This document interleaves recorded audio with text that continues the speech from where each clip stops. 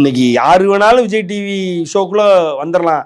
என்ன பண்ணணும் இன்னைக்கு நீங்க என்ன சொல்றது, அது ஒரு செக்ஷுவலி ஏதாவது ஒரு தேவையில்லாத ஒரு விஷயத்த பண்ணிட்டீங்க, அதாவது மக்களை வந்து இன்னைக்கு இளைஞர்களை டார்கெட் பண்ணி ஏதாவது ஒரு எக்ஸ்ப்ளாய்ட் பண்ற மாதிரி செக்ஷுவலி எக்ஸ்ப்ளாய்டிங் ஏதாவது விஷயத்த பண்ணிட்டீங்கன்னா நீங்க உள்ள வந்துடலாம்னு ஆயிப்போச்சு.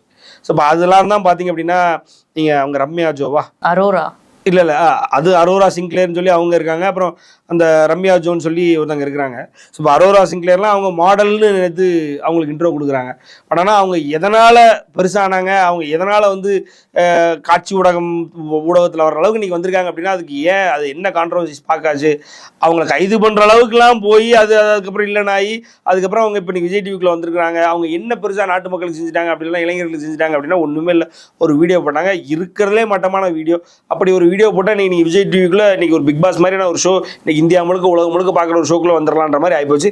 அந்த அளவுக்கு விஜய் டிவி திறந்தாழ்ந்து போகணுமா அப்படின்ற அளவுக்கு இது ஒரு கேள்வி எழுப்புது.